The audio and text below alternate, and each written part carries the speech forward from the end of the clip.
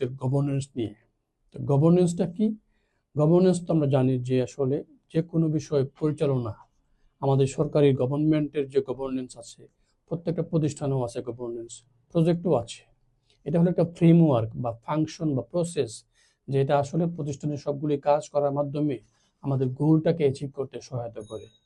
So এখানে আমরা দেখব যে কেন গভর্নেন্স থাকতে হবে। গভর্নেন্স থাকলে আমরা ধরতে পারবো, অ্যাকাউন্টেবিলিটি এনশিওর করতে পারবো, যে যদি গভর্নেন্স সিস্টেম পদ্ধতি থাকে সেখানে আমরা কে কাজটা করলো, কোন কাজের জন্য কে দায়ী, আমরা ওয়ান পয়েন্ট, সিঙ্গেল পয়েন্ট বের করতে পারবো যে কে accountable.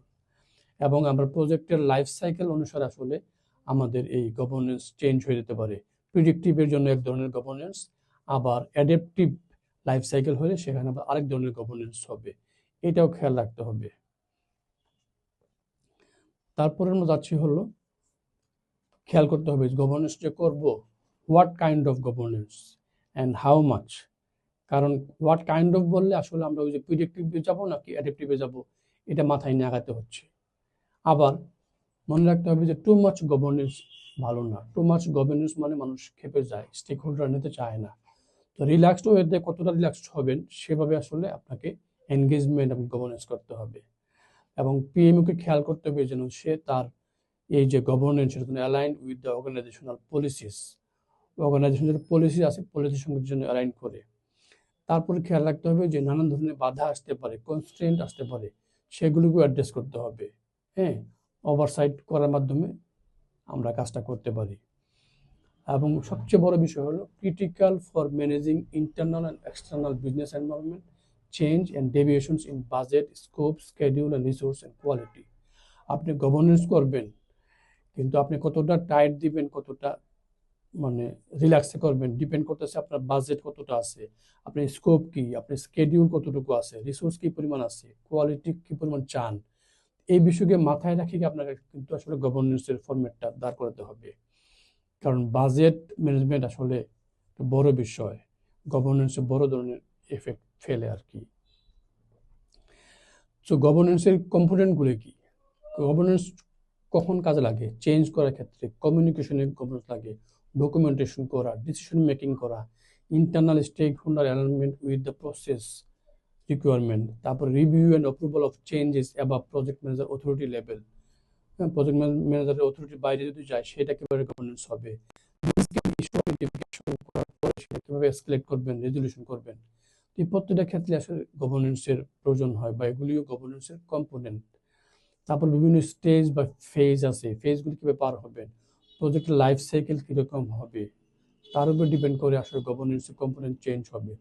Project organisation chart with rules, কার কত ফাংশনাল হবে না মেট্রিক্স হবে, হ্যাঁ, নাকি প্রজেক্ট টাইপ হবে, এই রুলের উপরে ভিত্তি করে আসলে স্ট্রাকচার বা অর্গানাইজেশন স্ট্রাকচারের উপরে গভর্নেন্স চেঞ্জ হয়ে যেতে পারে।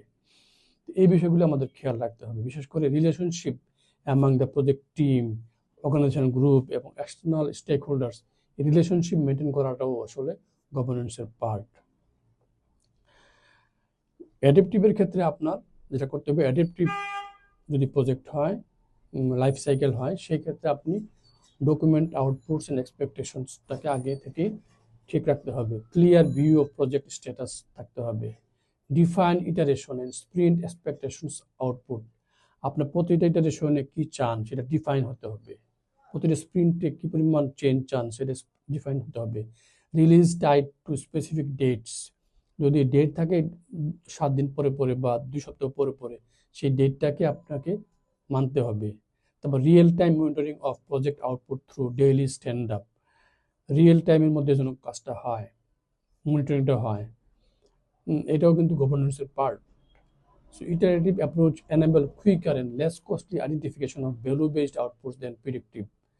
সো গভর্নেন্স এখানে খুবই চেঞ্জিং সিচুয়েশন হয়, কারণ প্রতিটা কাজ টিম সিদ্ধান্ত নেয় এবং ফিডব্যাক নেয়, আবার ফিডব্যাক নিয়ে আবার বাস্তবায়ন করে, আবার ফিডব্যাক নেয়। সো ছোট ছোট মানে ডেডলাইন থাকে, টাইম বক্স থাকে, এর মধ্যে কাজটা ক্যাডেন্সি সিস্টেমে করতে হয়। এটা কিন্তু খেয়াল রাখতে হবে যে প্রিডিক্টিভের গভর্নেন্স যেরকম হবে, অ্যাডাপটিভের গভর্নেন্স সেরকম হবে না। দুইটার মাত্রা, গতি, স্পিড, স্প্রিন্ট এগুলো ভিন্ন। সবচেয়ে বড় কথা হলো আপনার মনে রাখতে হবে যে গভর্নেন্স বোর্ড একা, মানে does anyone have experience with a project governance board, describe how it works with your project. যদি কেউ সফল হয়ে থাকে কোনো একটা প্রজেক্টে, সেরকম কোনো একটা ফরম্যাট, গভর্নেন্স সিস্টেম, পদ্ধতি আপনার জন্য প্রযোজ্য হবে কিনা সেটা দেখেন, সেটা আপনার কাজে লাগাইতে পারেন, অথবা প্রয়োজনীয় চেঞ্জ করে আপনার কাজে লাগাইতে পারেন। এই ধরনের বিভিন্ন প্রিভিয়াস এক্সপিরিয়েন্স থেকে, প্রজেক্টের পিএমও থেকে আপনি এক্সপিরিয়েন্স নিয়ে আপনার বর্তমান প্রজেক্টেও কাজে লাগাইতে পারেন। তারপর আস্তে আস্তে গভর্নেন্স ডিফাইন এসকেলেশন প্রসিডিওর। আপনার সিদ্ধান্ত এসকেলেট মানে কি? The act of seeking helpful intervention in response to a threat that is outside the scope of the project or beyond the project manager's authority. পিএমওর একটা অথরিটি আছে, এর beyond, বাইরে যদি চলে যায় কোনো বিষয়, যেটা থ্রেট, সেটা আসলে পরের জনকে জানাতে হবে, প্রোডাক্ট ওনারকে বা প্রোডাক্ট স্পন্সরকে জানাতে হবে। সো পিএমও কতটুকু পারবে, তার বাইরে চলে গেলে সেটাকে বলা হচ্ছে এসকেলেট। আপনার সিদ্ধান্তটা নেওয়ার জন্য পরের পার্টে যেতে হবে, either product owner or project স্পন্সরের কাছে বলতে হবে। তো এখানে আসলে তিনটা শব্দ, এসকেলেট, থ্রেশহোল্ড এবং টলারেন্স। আপনার থ্রেশহোল্ড কতটুকু, আপনার টলারেন্স কতটুকু। থ্রেশহোল্ড হলো লাস্ট সীমা, যেটুকু যেতে পারবেন। যেমন যদি বলা হয় যে আপনার 1000 পিস প্রোডাক্ট ডেলিভারি দিতে হবে, এর মধ্যে 5% কম বেশি হতে পারবে। এই 5% কম বেশি তার মানে কি 950টা থেকে 1050টা প্রোডাক্ট আপনি তৈরি করতে পারবেন। এটা হলো আপনার 1050 হলো আপনার আলটিমেট থ্রেশহোল্ড, হাইয়েস্ট লেভেল, আর নিচে হলো 950 হলো আপনার থ্রেশহোল্ড। এর মধ্যে থাকতে হবে, টলারেন্সটা হবে এর মধ্যে। হ্যাঁ, 980টা হতে পারবে, 1005টা হতে পারবে, 1020টা হতে পারবে। 950 এবং 1050 5%-এর বেশি হওয়া যাবে না, যেহেতু আপনার টার্গেট ছিল 1000 প্রোডাক্ট তৈরি করা। যদি এই থ্রেশহোল্ড বা টলারেন্স লেভেল পার হয়ে যায়, তখনই আপনি এসকেলেট করবেন। আপনার সিদ্ধান্তের জন্য প্রোডাক্ট ওনার অথবা প্রজেক্ট স্পন্সরের কাছে মুখোমুখি হবেন। এটাই আসলে এখানে বলেছে আর কি এই গ্রাফের মধ্যে। তারপরে আপনার গভর্নেন্স অ্যান্ড লাইফ সাইকেল। আমি আগে বলেছি লাইফ সাইকেল যেরকম হয় গভর্নেন্স সেরকম হবে। প্রিডিক্টিভের ক্ষেত্রে যেখানে প্রি প্ল্যান্ড, সেখানে সব ফেজ ঠিক করা আছে, কোনটা পরে কোনটা হবে ঠিক আছে, তাহলে আমরা প্রি প্ল্যান্ড ওয়েতে আগাবো, ওখানে এক ধরনের গভর্নেন্স কাজ করবে। আর যখন বলছি অ্যাডাপটিভ গভর্নেন্স বা চেঞ্জ বেসড, যেখানে অ্যাজাইল মেথডে কাজ করে, স্ক্রাম মাস্টার বা প্রজেক্ট লিড কাজ করে, তখন গভর্নেন্সটা ভিন্ন হয়। কারণ প্রতিনিয়ত চেঞ্জের মধ্য দিয়ে আসলে আমার প্রোডাক্টটা তৈরি হয়। সুতরাং একটা 5 তলা বিল্ডিং বানাবো, তার জন্য যে গভর্নেন্স কাজ করবে, আমি একটা জটিল সফটওয়্যার তৈরি করব, তার জন্য সেই গভর্নেন্স কাজ করবে না। So it depends on the life cycle of project. হ্যাঁ, সো লাইফ সাইকেলের উপরে ডেভেলপমেন্ট অ্যাপ্রোচ চেঞ্জ হয়, এবং অ্যাপ্রোচ চেঞ্জ হলে গভর্নেন্সও চেঞ্জ হবে। এটাই আসলে এখানে বলার চেষ্টা করেছে।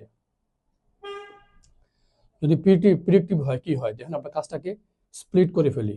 যেমন 10 তলা বিল্ডিং বানাবো, তাহলে 1 তলা 2 তলা করে কাজটা স্প্লিট করলাম। আবার অন্য ভাগে ভাগ করতে পারি, প্রথমে আমরা নিচের যে কাজটা হবে, এরপরে মাঝখানের কাজগুলি হবে, তারপর ফিনিশিং হবে।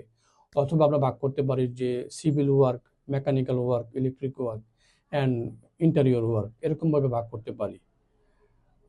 তো এই কাজটাকে আমরা বিভিন্ন ফেজে ভাগ করতে পারি এবং ফেজ বাই ফেজ কাজটা আদায় করি। কিন্তু যখন আমরা অ্যাডাপটিভ করি, তখন সেটাকে আসলে রিলিজ সিস্টেমে করে দেয়। হ্যাঁ, প্রথমে সফটওয়্যারের একটা অংশ সে রিলিজ করবে, এটা ফিডব্যাক পাওয়ার পরে আবার ফিডব্যাকের ভিত্তিতে আবার আরেকটা রিলিজ দেবে, আবার ফিডব্যাক দিলে আবার রিলিজ দেবে। এইভাবে কিন্তু এখানে রিলিজ বেসড হয় স্প্লিটটা, এখানে কাজের ফেজ না। আগেরটা যেমন ফেজ বাই ফেজ করতে করতে একসঙ্গে সবটা প্রোডাক্ট ডেলিভারি হবে, এখানে বারংবার প্রোডাক্ট ডেলিভারি হতে পারে, রিলিজটা বারবার হতে পারে। এবং প্রতিটা রিলিজের সময় review, result and end of iteration. একটা ইটারেশন শেষ, আবার রিভিউ করে ফিডব্যাকটা কাজে লাগায়, আবার নতুন ডেলিভারি দেওয়ার পরে আবার ফিডব্যাক পাওয়ার পরে আবার নতুন ডেলিভারি, এইভাবে কাজ করে। সুতরাং প্রিডিক্টিভে যে ধরনের গভর্নেন্স কাজ করবে, অ্যাডাপটিভে একই ধরনের গভর্নেন্স কাজ করবে না, গভর্নেন্সটা ভিন্ন। প্রিডিক্টিভের ক্ষেত্রে সিকুয়েন্সিয়াল হয়, ওভারল্যাপিংও হতে পারে। যেমন ফেজ 1 করলেন, তারপর ফেজ 2 করবেন, ফেজ 3 করবেন। অথবা হতে পারে যে ফেজ 1 করলেন, ফেজ 1 শেষ হওয়ার পরে ফেজ 2 করবেন, ফেজ 2 চলার সময় আপনি ফেজ 3 শুরু করতে পারেন। তো ডিপেন্ডস অন দ্য ওয়ার্ক, কোন ধরনের কাজ আপনি করছেন। কোনো সময়ে সম্ভব হয়, কোনো সময়ে সম্ভব হয় না। সো মাঝে মাঝে এমন হয় যে কোনো ফেজ একটার পর একটা পরে আসবে, অথবা হতে পারে যে একটা ফেজ চলার সময় আরেকটা ফেজ শুরু হতে পারে, ওভারল্যাপিংও হতে পারে। তো তো এটা প্রিডিক্টিভ সিচুয়েশনে ঘটে আর কি। এবার আমরা ফোকাস করবো হলো কমপ্লায়েন্সের উপরে। আমাদের লেসন 1-এর লাস্ট পার্ট এটা, কমপ্লায়েন্স। তো কমপ্লায়েন্সের অনেকগুলো দিক আছে, ইন্টারনাল কমপ্লায়েন্স আর হলো এক্সটার্নাল কমপ্লায়েন্স। ইন্টারনাল কমপ্লায়েন্স হলো ভিতরে, প্রতিষ্ঠানের ভিতরে, আর এক্সটার্নাল হলো বাইরে। যেমন গভর্নমেন্টের রেগুলেশন চেঞ্জ হয়ে যাবে, এটা হলো এক্সটার্নাল কমপ্লায়েন্স বিষয়। কর্পোরেট পলিসি চেঞ্জ হয়ে গেল, এগুলি এক্সটার্নাল, ঠিক আছে। প্রোডাক্ট অ্যান্ড প্রজেক্ট কোয়ালিটি ঠিক করতে হবে, ঠিক রাখতে হবে, এটা হলো internal compliance.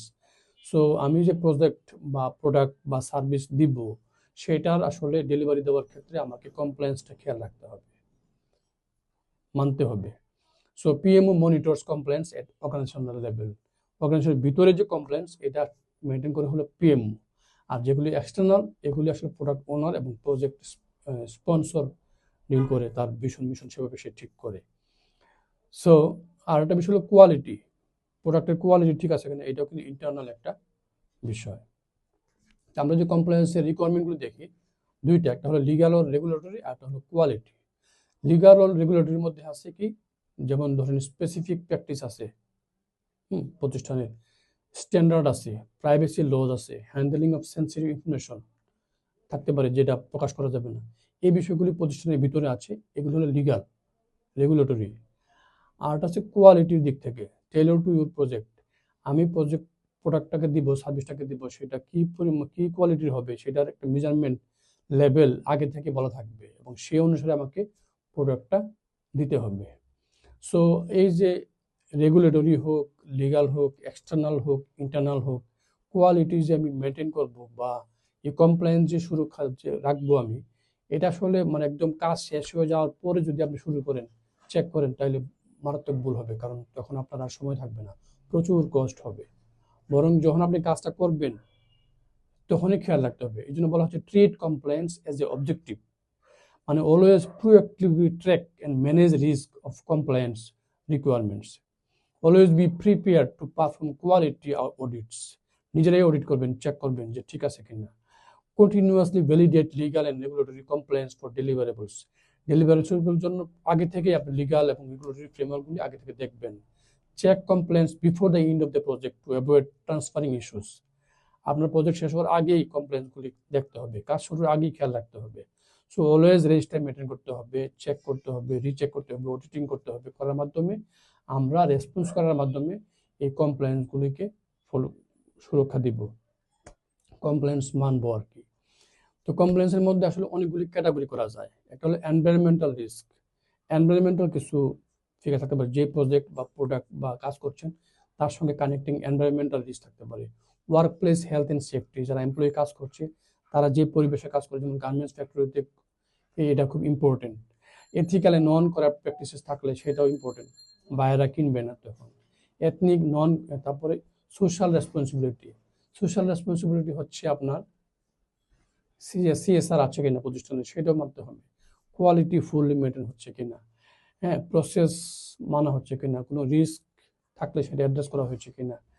Industry and solution scope, যে ইন্ডাস্ট্রিতে কাজ করছেন সেই ইন্ডাস্ট্রির স্কোপের মধ্যে আপনি আছেন কিনা, এবং দেশের এবং বিদেশের লিগ্যাল রেগুলেটরি এক্সপোজারগুলিকে আপনি মানছেন কিনা। এইভাবে আপনাকে আসলে কমপ্লেন্স মানতে হবে।